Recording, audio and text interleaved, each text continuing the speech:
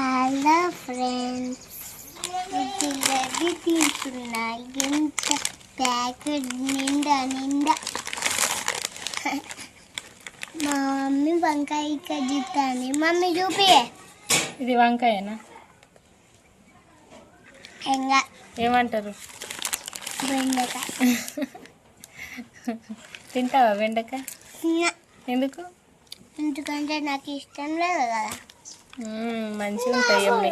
తమ్మునికి ఈ జిలేబీ తీసుకుంటాడట మమ్మ. తీసుకొని తినుగుతుంది కదా. సరే చెప్పవా నువ్వేం తింటున్నావు? చెప్పాడు జోకర్. నువ్వు చెప్పురా నాన్న. మా తమ్ముడు ప్యాకెట్ గించుకున్నాడు ఫ్రెండ్స్.